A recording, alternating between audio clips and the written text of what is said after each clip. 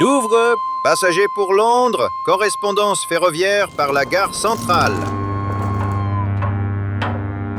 Nous avons donc traversé la Manche sans explosion. Voilà qui donne à cette matinée un caractère presque mondain. Je vous avais dit que l'Alcyon 2 était fiable. Disons qu'il a eu l'élégance de ne pas me contredire en pleine mer. Ces grues, regardez ces bras segmentés, on croirait des hérons d'acier. Bienvenue en Angleterre, docteur.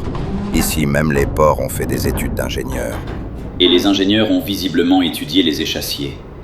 Je crains de devoir vous quitter ici. Déjà ? Une affaire à régler à Douvres. Rien qui concerne un entomologiste.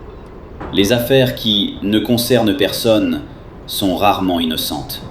Prenez le train pour Londres, Charing Cross, puis rejoignez l'hôtel du colloque. Vous nous rejoindrez ? Plus tard. Soyez prudent, docteur. On m'a déjà dit cela à Calais. Cela commence à former une mélodie inquiétante. Sir Nathaniel Ravenscroft disparut dans la foule avec l'assurance d'un homme qui sait exactement où il va, mais préfère que personne ne sache pourquoi. Je restais seul sur le quai, avec mes carnets, mes bagages, et l'impression très nette que l'Angleterre venait de me remettre une énigme sans mode d'emploi. Gare centrale, monsieur. Vous lisez dans les pensées ? Dans les horaires. Tous ceux qui arrivent de Calais veulent Londres. Et ceux qui ne veulent pas Londres ? Ils finissent tout de même par y passer. Philosophie brutale, mais efficace. Douvres ne ressemblait plus à un port. C'était une mâchoire industrielle ouverte sur la Manche. Grues, rails, chaudières, hangars, télégraphes. L'Angleterre ne cachait pas sa puissance mécanique. Elle la laissait fumer au grand air. Destination? Londres, Charing Cross. Première classe? Je voyage avec des carnets, des spécimens fragiles et une tolérance limitée au vacarme. Première classe me paraît médicale. Train express de 9h40. Voiture 4, compartiment B. Durée du trajet ? Un peu plus d'une heure. Les nouvelles locomotives atteignent 250 km à l'heure. 250 ? Je préfère ordinairement les paysages lorsqu'ils ne fuient pas comme des coupables. Voie 2, monsieur. Le wagon était luxueux, sombre et précis, à la manière anglaise. Bois verni, velours capitonné, lampe de laiton. Je pris place, persuadé d'avoir enfin gagné quelques minutes de solitude. Je me trompais. Fräulein von Morgenstern, compartiment B. Vos caisses scientifiques sont dans le fourgon ventilé. Elles doivent rester droites. Cela a été noté, mademoiselle. Noter n'est pas toujours respecté. Voilà une phrase qui mériterait d'être gravée sur toutes les caisses de laboratoire. Vous êtes donc l'autre passager ?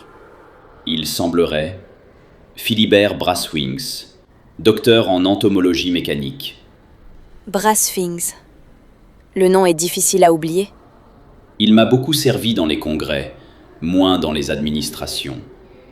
Adelheid von Morgenstern, Berlin. Botanique assistée par micro-articulation. Micro-articulation végétale ? Oui. Je retire mentalement toutes mes plaintes sur cette journée. Déjà ? Une bonne énigme répare beaucoup de contrariétés. Vous vous rendez au colloque ? Oui, j'allais vous poser la même question avec moins d'élégance. Alors nous avons économisé du temps. Ce train aussi, semble-t-il. Vous craignez la vitesse ? Je crains surtout l'enthousiasme des ingénieurs lorsqu'ils disposent de charbon, de métal et d'un public captif. Vous avez pourtant traversé la Manche sur un hydroblisseur. Je n'aime pas qu'on me rappelle mes contradictions avant le déjeuner. Vous travaillez sur les insectes mécaniques ? Sur les structures inspirées de l'entomologie. Ailes articulées, ressorts naturels, comportement de colonies. Les insectes sont souvent les clés des architectures végétales. Fräulein, vous venez d'ouvrir une trappe sous mes pensées. Dans ce cas, regardez ceci. Ces tiges, elles sont renforcées? Assistées. Et ces segments? Des micro-charnières. Elles amplifient certains mouvements naturels. Des plantes qui répondent mieux? Plus précisément, À la lumière? à la lumière, au toucher, à la pression, aux insectes. Aux insectes. Vous voilà réveillé? Je crois que je viens même de manquer mon arrêt intérieur. Ainsi commença notre conversation. J'avais quitté Calais contrarié par un navire absent. J'avais traversé la Manche avec un aristocrate trop informé. Et maintenant, lancé vers Londres à une vitesse indécente, je me trouvais face à une botaniste allemande dont le carnet semblait contenir des plantes capables de répondre au monde. Docteur Brasvins, Oui, vous regardez mes schémas comme si vous veniez d'apercevoir une nouvelle espèce. c'est peut-être le cas. Alors regardez mieux.